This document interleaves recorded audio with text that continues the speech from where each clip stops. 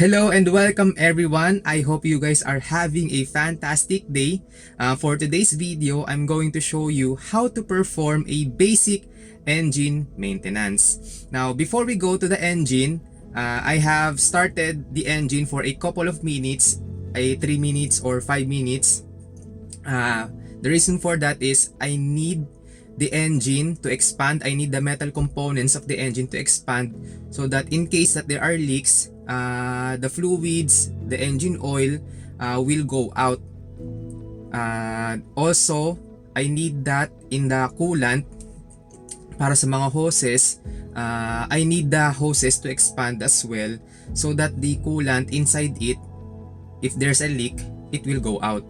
No, we need the heat to trigger all the fluids to go out of the engine if there are damaged components, kung may leak man. Another thing, before we start doon sa makina, I have placed the engine, the car rather, in a flat surface para naman yung mga fluids natin pantay.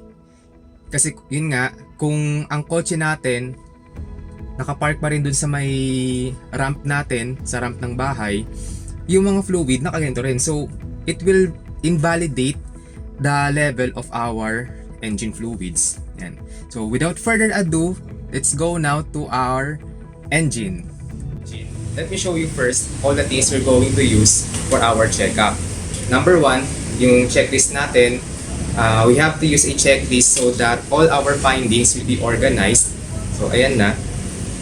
And then the second thing we're going to use is the rags o yung basahan para to sa pagpunas natin ng kamay mamaya kung sakaling may mga maruruming components. And then third is yung flashlight. In this case, I'm going to use my old cellphone para gawing flashlight. Now, hindi ako gagamit ng gloves because kailangan kong maramdaman yung hoses natin. What do I mean by kailangan kong maramdaman yung hoses? There are instances na kung saan kapag ikaw ay naka-gloves, naharangan ng gloves yung mga specific sensations na dapat ibigay na tawag dito, yung mga specific sensations na yun, yung bibigay silang info na ay may laman na kakaiba ang hose na to, ay yung hose natin sobrang lambot, yung hose natin kailangan palitan. No, yung gloves kasi minsan nagiging hindrance yun sa pagbibigay ng isang valid na information. Another information before we go to the engine, make sure to double check the area kung saan dati nakapark ang iyong kotse. Dito sa parking lot namin, ayan, wala naman siyang presence ng oil, wala namang presence ng coolant sa dati niyang kinalalagyan. So itong mga tubig na nandyan, galing yan sa tinapon kong tubig kanina para linisin yung presence ng ihi ng aso namin. Tapos itong mga kulay puti, yan ay sabon. Yun lang. So it's a good sign na walang leak doon sa aming makina. So diretso na tayo doon sa makina ng kotse namin. Now, here's the engine of our car. It is a diesel engine. According to the presentation I have shown you earlier, we have to check for leaks, the oil level, the engine mounting, and then hoses. Followed by the engine, we have to check for the fluids or the wet components. And then the rubbers, yun po yung last part. The rubbers together with the mechanical components. Now in checking the engine, we have to look for leaks or possible leaks. Ito po ang ating engine. Here's our engine. As you can see, at first you will think that this is a moisture, but it is not. It's actually, that's the paint. Since this engine is repainted, this is just a presence of the new paint.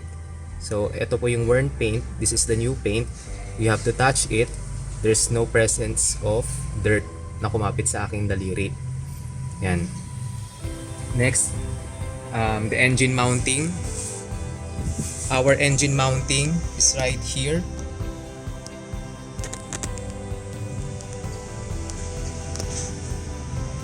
Ito pong component yung tinuturo ng aking daliri. That's a new component. It is replaced last 3 months. So that's it. There's nothing wrong with it. For you to be able to identify if the engine mounting needs to be replaced, once you start the engine and then you feel a excessive vibration in the steering wheel, that's an indication that your engine mounting is already damaged. Now let's move on to the hoses. Here's our hose.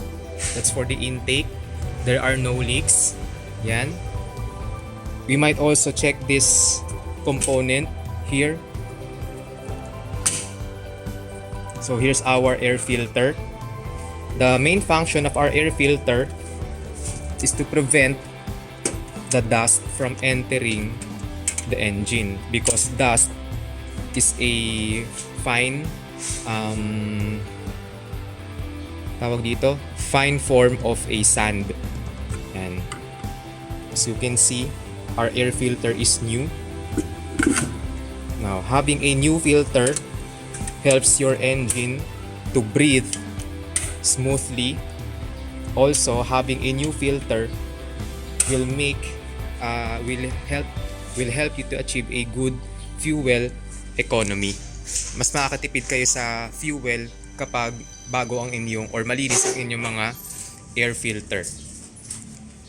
Next, I think ihuhuli ko na yung mga wet components, which is yung fluid, since wet components have a very large amount of dirt usually.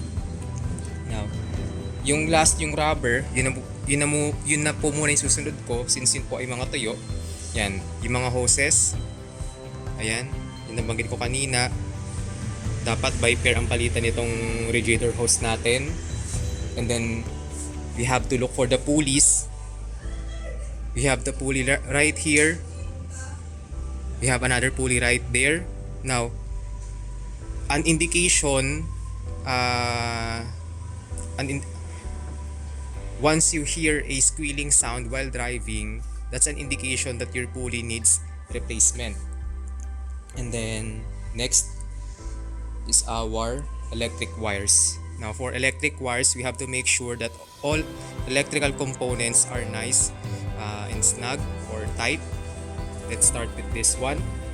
Let's check. So here's the first electrical connector. So that's nice and snug. We have our computer access here. It's covered with electrical tape, so that's good. We have another electrical connector here, nice and snug.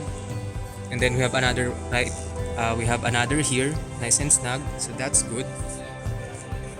We have another right one here, so that's nice and snug.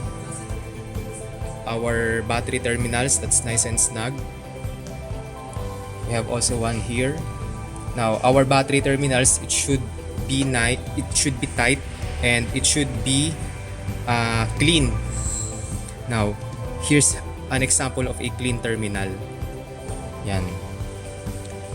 A battery terminal with a corrosion, you will see a white powder around here. And if you see a white powder on your battery terminal, so that's an indication that your battery terminal needs to be cleaned, or your battery terminals is loose, so kailangan ng higpitan. Ayan.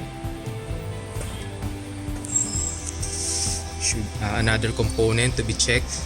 Ayan, the engine. Here's our lid or oil filler cap. There's no presence of oil around, so that's good. Ayan.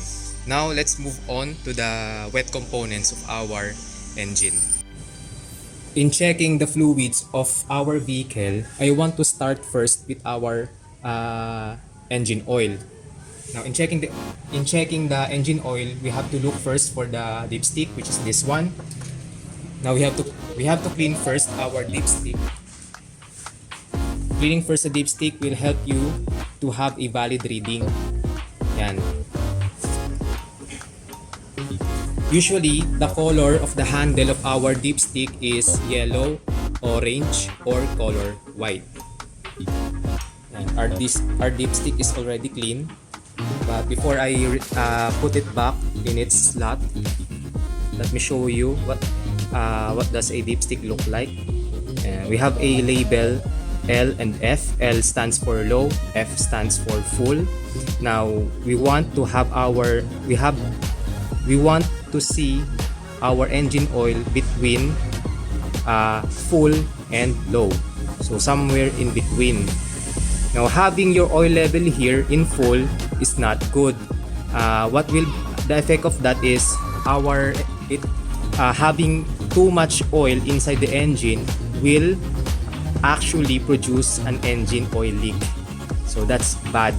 Having an engine oil leak will lead to oil starvation since your oil is going out of your engine. Also, if you have a low amount of engine oil in your engine, oil starvation will also occur. So the best level is somewhere between L and F. So here we want to see our engine oil level here. Let's try. We have to put it back. Yeah, as you can see,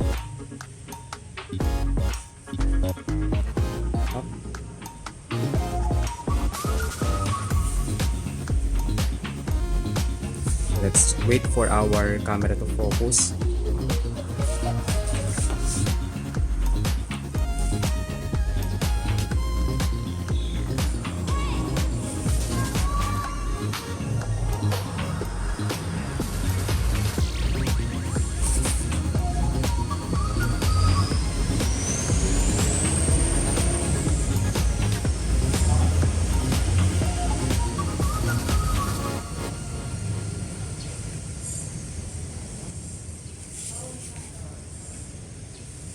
Yan.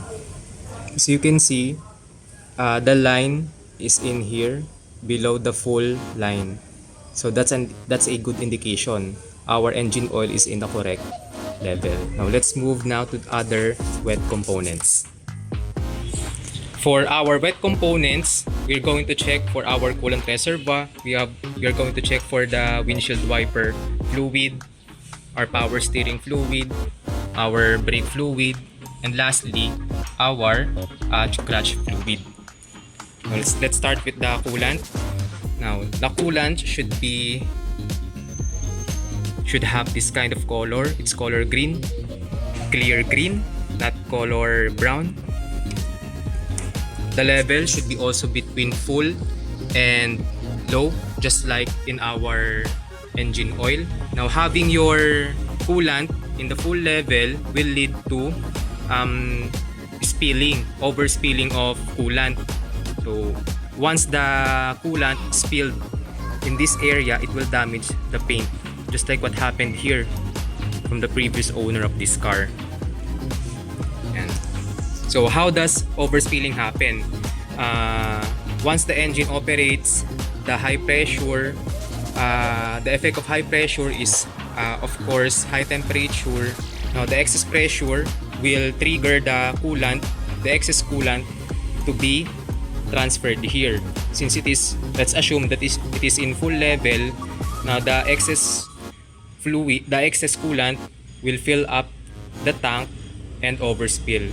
So it is good to have your coolant level in the middle of full and low. Let's move on to the windshield washer. The windshield washer, it is okay for the windshield washer fluid tank to be empty since it doesn't affect the engine at all. The main function of this is only to stock a cleaner for our windshield, to remove the bird droppings, to remove the dirt, and then the other dirt that hinders the windshield. Let's move on to the power steering. Now our power steering, it should be in between cold and max. So here's the cold, the max indicator is here. Okay, now this is a good indication because the engine is had already operated earlier, and then the level is between cold and max. Now in case that your fluid is still in cold but the engine is already operating for hours, you just need to fill up this one with steering fluid and make sure that it is in hot level. You do not need to fill this tank when the engine is cold. It will invalidate your reading. Now, the effect of having a insufficient level of steering fluid is it will damage the oil pump. I mean the power steering pump right here. That component right here. That's the steering fluid pump. And then next, we have to check the brake fluid. So that's nice.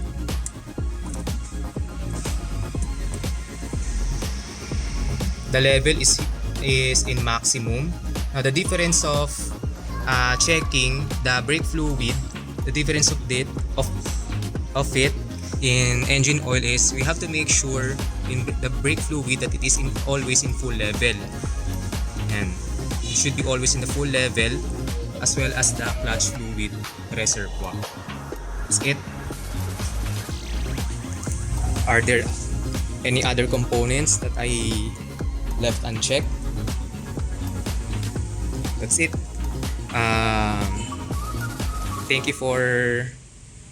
That's it, guys. That's it. Thank you very much, guys, for listening. I hope you've learned a lot from my video. I'm going to upload this one on my YouTube channel. I am Noe, and you can subscribe there. I have gaming contents there and a little bit of automotive. Yeah, that's it. Bye.